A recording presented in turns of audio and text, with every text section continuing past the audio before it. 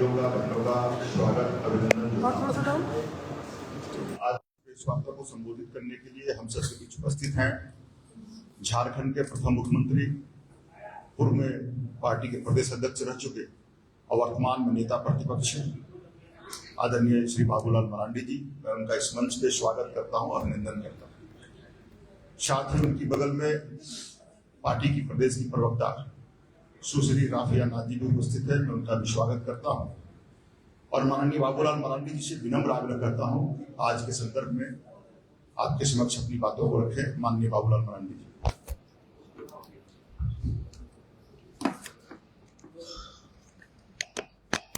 चले भाई, बहुत बहुत स्वागत है आप सबको।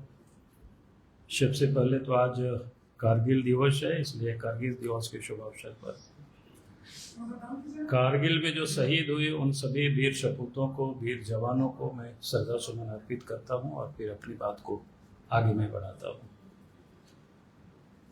क्योंकि आप सबको पता है कि झारखंड में इस समय जो सबसे अधिक जो चर्चित विषय है, जो झारखंड के नौजवानों के साथ जुड़ा हुआ है, बेकार बेरोजगार नौजवानों को किस प्रकार से झारखंड की सरकार ठग रही है, लूट रही है, पीट रही है, तो वो चर्चा के मुख्य केंद्र बिंदु में है। मैं उसी विषय को थोड़ी सी आप सबके समक्ष आगे बढ़ाना चाहता हूं। क्योंकि पिछले दिनों 14वीं जो जीपीएससी में जो गड़बड़ी हुई, तो मैं कहता हूं कि ये जो भर्ती परीक्षा होता है कि इस भर्ती परीक्षा में गड़बड़ी होती नहीं है, बल्कि ये जानबूझ करके गड़बड़ी कराया जाता है। और इसलिए गड़बड़ी हो, इसलिए उस वहां पर ऐसे ही टेंटेड लोगों को पदस्थापित किया जाता है जिसकी कोई क्रेडिबिलिटी नहीं रहती है। अभी हम सब ने देखा कि उप परीक्षा नियंत्रक समेत 8 ऐसी शायद लोगों की गिरफ्तारी हुई, जो अखबारों में सब आ रहा है। और जीपीएससी के जो चेयरमैन थे, अध्यक्ष थे एल ख्यांते, उन्होंने अपने पद से इस्तीफा दे दिया। सुनने में और देखने में शायद लगता है कि बहुत बड़ा काम किया सरकार, सीआईडी की वहां छापा मर रहा है, सरकार वास्तव में कार्रवाई कर रही है। लेकिन मैं कहूंगा कि वास्तव में सरकार इस पर कार्रवाई नहीं कर रही, बल्कि क्या कहते हैं उसको, लेपापोती कर रहे हैं और मुख्य अभियुक्त को बचाने की वो कोशिश कर रहे हैं। क्योंकि सत्ता में बैठे हुए लोगों को पता है कि जिस दिन ये निष्पक्ष रूप से जांच होगी तो जांच कहां तक पहुंचेगी, कहां तक जाएगी, कौन कौन लोग उसके लपेटे में आएंगे। इसलिए इस जांच को वो सीआईडी के द्वारा छापा मरवाना, बाकी कुछ करते हैं। लेकिन वास्तव में उस अपराधियों को या जो लोगों ने इतना बड़ा क्राइम किया है, झारखंड के उन नौजवानों के साथ, उन बच्चों के साथ जिन लोगों ने अन्याय किया है, उसको न्याय देने के लिए सब काम नहीं हो रहा है, बल्कि अपराधियों को, जिन लोगों ने गड़बड़ में जो संलिप्त है, वैसे माफियाओं को बचाने के लिए ये सारे षड्यंत्र हो रहे हैं। और मैं इसलिए इस बात को यहां कह रहा हूं, खाली आप सबको स्मरण दिलाना चाहता हूं। आप सबको अब पता ही है कि पहले भी मुख्यमंत्री ने जब क्या कहते हैं जेसीसी में जब गड़बड़ी हुआ था, सीजीएल वाला, आप सब लोग थोड़ा उसको स्मरण कर लीजिए। उस समय भी सरकार ने सीआईडी को ही जांच के लिए दिया था और उसका फलाफल क्या निकला हम सबको पता है, पूरा प्रदेश को पता है। और उस समय किस प्रकार से बच्चों से रटवाया गया था, कहां नेपाल तक में ले जाकर के कितना लेन देन हुआ था। मामला हाई कोर्ट से सुप्रीम कोर्ट तक चला गया, लेकिन जांच तो इनके सीआईडी लोग कर रहे थे। सरकार की ओर से जवाब तो हाई कोर्ट में और सुप्रीम कोर्ट में कौन दे रहे थे? सरकार दे रही थी। और सत्ता के शीर्ष में बैठे हुए लोग अगर गड़बड़ करते हैं तो कभी भी प्रामाणिकता से उस रिपोर्ट को हाई कोर्ट और सुप्रीम कोर्ट में दाखिल लोग नहीं करते। और हाई कोर्ट और सुप्रीम कोर्ट क्या होता है कि वो कानून पर काम करते हैं, कागज देख करके काम करते हैं। तो इसीलिए मैं ये कह रहा हूं कि अभी जो सरकार कर रही है, सीआईडी से जांच करा रही है, वो एक प्रकार से आईवास है। अब सबके जानकारी के लिए बहुत लोगों को जानकारी है, नहीं है ऐसा नहीं है कि सोशल मीडिया में सब कुछ मामला तैर भी रहा है, देख भी रही। उस समय भी क्या बोलते हैं, जीएससीसी में थे चेयरमैन कौन, वो भी त्याग पत्र दिया था उस समय। फिर क्या हुआ? नीरज सिन्हा थे, याद करा देते आप सब लोगों को, ध्यान में होगा अच्छी तरह से। जैसे इस समय ख्यामते को त्याग पत्र दिलवाया गया है। हमने कहा कि उप परीक्षा नियंत्रक की गिरफ्तारी हुई, उनके समेत और लोगों की गिरफ्तारी हुई, लेकिन नियुक्ति कैसे कैसे लोगों की होती है। एक विशाल कुमार करके मुख्य परीक्षा नियंत्रक को वहां नियुक्त किया गया था। उनके ऊपर धानबाद में एसीबी का केस चल रहा था, जमीन में बड़ी घोटाला किया था, हेराफेरी किया था। और वहीं जेपीएससी के कार्यालय से उनको भी उठा करके एसीबी वालों ने जेल में डाल दिया। कहने का मेरा मतलब यह था, कभी जिस जेपीएससी में जहां इस प्रदेश के बच्चों का या प्रदेश का भविष्य टिका हुआ रहता है, जो कि वहीं से सरकारी जो पदाधिकारी होते हैं वो चयन होकर के आते हैं, अगर वही करप्ट रहेगी, वहीं पर करप्ट प्रैक्टिस होगा, तो फिर कभी भी झारखंड की धरती पर अच्छे अवसर नहीं आ पाएंगे। वहीं पैसे दे करके लोग आएंगे तो कैसे फिर अच्छे अवसरों की हम उम्मीद कर सकते हैं? ये बुनियाद ही अगर करप्ट रहेगा तो फिर झारखंड में करप्शन से कैसे बचा जा सकता है? तो ये सरकार जानबूझ करके इस प्रकार के अफसरों को वहां पदस्थापित करते हैं। अब मैं एक पत्र सब जगह घूम रहा है, सोशल मीडिया में भी घूम रहा है। जनवरी में ही एक कर्नाटक के एक के ओर से एक लड़के ने, इनको क्या बोलते हैं, एल ख्यांते को पत्र लिखा। भाई किस प्रकार से ओमर सीट का हेराफेरी किया गया है,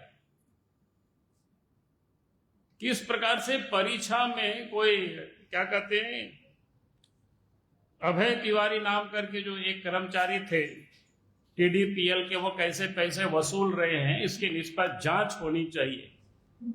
लेकिन जनवरी से लेकर के आज तक एल ख्यांती ने क्या किया, उस पत्र का क्या किया, कहां उन्होंने जांच कराया, और वो त्याग पत्र दे करके कैसे वो मुक्त हो जाएंगे? राज्य सरकार को, हेमंत सोरेन को, भाई उनके ऊपर एफआईआर होनी चाहिए, और एफआईआर होने के उनको गिरफ्तार होनी चाहिए उनको,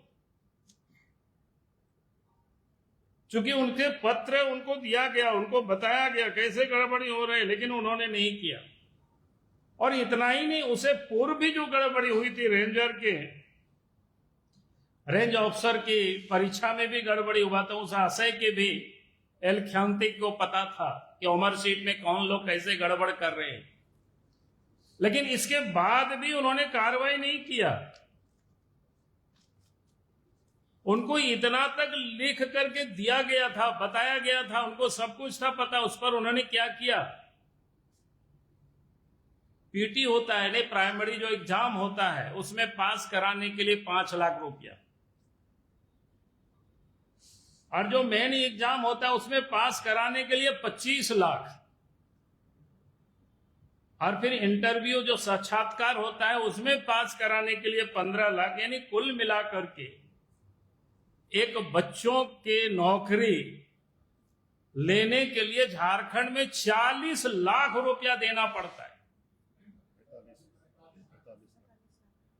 25, 15 और 5, 45 नहीं 25-15 नहीं, 10 है। साक्षात्कार में 10 है, 15 अधिक बोल दिए, नहीं 10 है। तो कुल मिलाकर के ये 40 लाख रुपया बच्चों को देना पड़ता है, तब झारखंड में अब पदाधिकारी बन पाएंगे।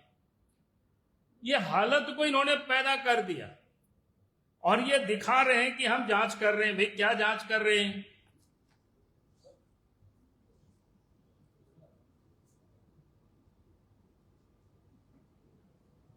और जेपीसी घोटाले में कुछ बिंदु पर मैं आप सब लोगों के समझ रखना चाहता हूं।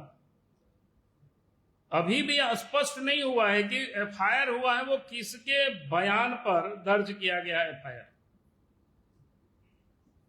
और एफआईआर दर्ज किए जाने के पूर्व किसी किस्म की प्रारंभिक जांच किए जाने की संबंध में भी कोई सूचना नहीं है। अरे कोई भी एफआईआर होता है तो कोई ना कोई कंप्लेनर होता है, या कोई कंप्लेनर नहीं तो कोई तो जांच पड़ताल होता है, लेकिन इसकी अभी तक कोई जानकारी नहीं है। इसे लगता है कि आनन फानन में मैंने क्या बोलते हैं, बिना जांच के ही जानबूझकर एफआईआर, ये कमजोर एफआईआर किया जा रहा है। यानी एफआईआर कमजोर होगा, अनन फनन में ऐसे ही एफआईआर कर दो ताकि फिर कानूनी क्या कहते हैं उसको लाभ मिल जाए अपराधियों को, सारे लोग बच निकले फिर आराम से। एफआईआर आज तक वो पब्लिक डोमेन में अभी तक नहीं आया है। हमने बहुत कोशिश किया, शायद आप लोगों का आया होगा तो मैं नहीं जानता हूं, आप लोगों ने भी कोई अखबार में नहीं बताया कि एफआईआर क्या हुआ है। ये पब्लिक डोमेन में नहीं है, जबकि ये सारे प्राथमिकता जो डॉक्यूमेंट्स होता है पब्लिक को एक्सेस होनी चाहिए, किसी को भी मिल सकता है, ले सकता है, देख सकता है, ताकि वो बता सकता है कि कहां सीआईडी वाले गड़बड़ कर रहे हैं, कि इसको बचाने के लिए इस प्रकार की एफआईआर कर रहे हैं। लेकिन वो नहीं हुआ है। अभी भी जो एफआईआर हुआ है,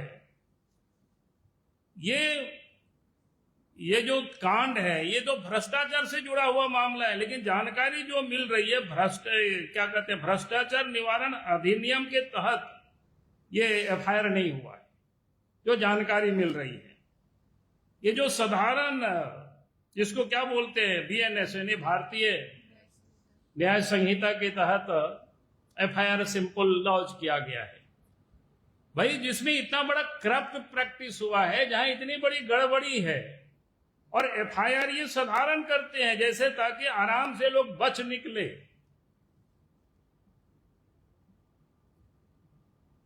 जैसे वो ट्रेजरी घोटाला वगैरह,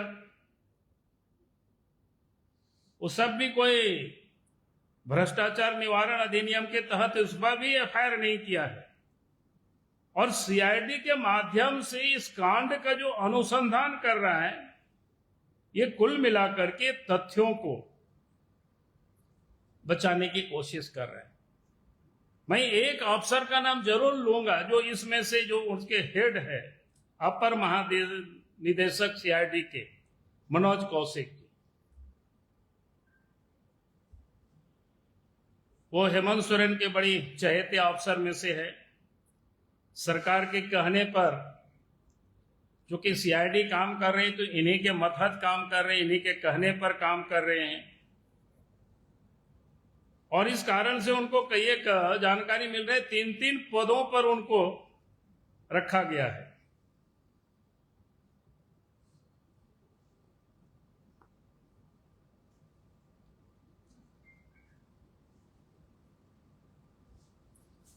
और ये जो कोयला है, बालू है, यानी खनिज में जो भी वसूली हो रहा है उसका उगाही का काम यही कर रहा है। हम उनसे ये जरूर कहेंगे कि भाई उनको एक बात का मनोज कौशिक जी को ध्यान रखना चाहिए। हेमंत सोरेन के बड़ी दुलरवा थे, और भी क्या कहते विनय चौबे भी, उनका क्या हश्र हुआ है। फिर अनुराग गुप्ता भी बड़ी दुलरवा उनके थे, और उनके लिए जो चाहते थे वही काम करते थे, उनका भी क्या असर हुआ है सबको पता है। इसलिए हम मनोज कौशिक जी से कहेंगे, भाई अगर आप गड़बड़ करेंगे तो एक दिन आपके साथ भी वही हाल होगी जो उन लोगों के साथ हुआ है। और आप तो कम से कम ये जो सीआईडी आपके पास है, इस झारखंड के बच्चों की भविष्य के साथ खिलवाड़ करना तो बंद करें। और सब जगह ऐसे ही पदाधिकारी को, क्या कहते हैं, जेसीसी में भी कोई सुधीर गुप्ता है सचिव, वो भी वैसे करप्ट ऑफिसर है। जितने भी वहां लोग जाते हैं सारे लोग ऐसे ही बताते हैं। तो झारखंड के जहां से हम पदाधिकारी को पैदा करते हैं, कर्मचारियों को पैदा करते हैं, जहां से तैयार होते हैं, सेलेक्ट होते हैं, अगर उसी संस्थान में करप्ट लोग बैठे रहेंगे तो फिर कभी भी झारखंड का भविष्य नहीं सुधर सकता है। और इसीलिए हम सरकार से मांग करते हैं कि आप पूरे मामले को आप सीबीआई से जांच कराइए, क्योंकि राज्य की ये जो सीआईडी उनके सरकार के मतहत काम करते हैं और वे लोग बिल्कुल कठपुतली की तरह रहते हैं। और वर्तमान तो डीजीपी की भी हालत आप सब लोग जानते हैं, पहले भी हम बोल चुके हैं। वो कौन सा, वो भी कभी समीक्षा नहीं करती है सीआईडी का। अब सबने देखा होगा दारू में भी अभी तक चार्जशीट नहीं हुआ है, कभी भी वो कोई समीक्षा नहीं करती उसको लेकर के, क्यों नहीं हुआ अभी तक चार्जशीट। तो इस प्रकार की सर्वोच्च, क्या कहते हैं, पद पर अगर ऐसी करप्ट लोगों को बिठा करके रखेंगे तो फिर झारखंड को भगवान ही बचाएगा। और इसीलिए आज भी मैं हेमंत सोरेन जी से मांग करता हूं कि भाई आप बिना विलंब किए इन सारे मामलों की जांच आप सीबीआई से कराइए, ताकि झारखंड के बच्चों का भविष्य या झारखंड का भविष्य उससे जुड़ा हुआ है, ताकि जांच हो निष्पक्ष तरीके से। और जो भी लोग उसमें इन्वॉल्व होंगे किसी को छोड़ा नहीं जाए। मैं यही निवेदन कर रहा हूं। इन्हीं शब्दों के साथ अपनी बातों को मैं समाप्त कर रहा हूं। बहुत बहुत धन्यवाद। हाँ, मैंने बोला है। अरे वही तो मैं कह रहा हूं कि इसका मतलब है कि सरकार ही गड़बड़ करवा रही है। और सरकार गड़बड़ करवा रही है मैंने, सरकार मतलब मुख्यमंत्री होते हैं और क्या। अगर वो अपने को कहते हम अभियुक्त नहीं हैं, हम गड़बड़ी में कहीं शामिल नहीं है, तो पूरे मामले को सीबीआई से जांच कराइए। सीआईडी जांच का क्या फलाफल निकलता है, क्या तुमके त्याग पत्र देने से क्या होता है।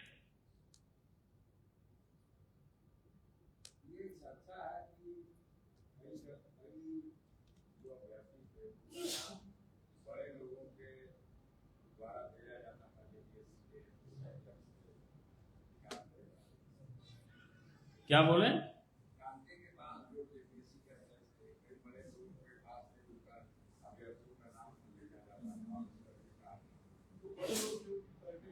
अरे मैं इसीलिए तो कह रहा हूं कि जांच होगी तो सब पता चल जाएगा। और बाकी ये तो सीआईडी वाले तो वो सारे प्रूफ को समाप्त करने के लिए वो छापा मारे होंगे। पहले का जो सीआईडी का ट्रैक रिकॉर्ड झारखंड में क्या है, शराब घोटालों से लेकर के पिछले जेसीसी का जो घोटाला हुआ है, उससे फर्जीवाड़ा हुआ, उससे सब देख लीजिए और अभी भी देख लीजिए उसकी जांच की, उसकी क्रेडिबिलिटी क्या है। एक भी कोई उस निष्कर्ष पर नहीं पहुंचे, कोई चार्जशीट तक नहीं सबमिट किया। जिस प्रकार से दारू घोटाला में उन्होंने कागज को इधर से उधर किया गया है, वैसे ही यहां भी उस सच को मिटाने के लिए ख्यान्ते के घर में भी छापा पड़ा है, ये दिखाने के लिए कि हम छापा मार रहे हैं। तो ये बिल्कुल स्पष्ट है। और इसीलिए मैं हेमंत सोरेन जी को कहता हूं कि अब झारखंड के नौजवानों की आप परीक्षा मत लीजिए। झारखंड के नौजवान भी सड़क पर जिस दिन निकल आएंगे तो झारखंड में बड़ा मुश्किलात पैदा हो जाएगी।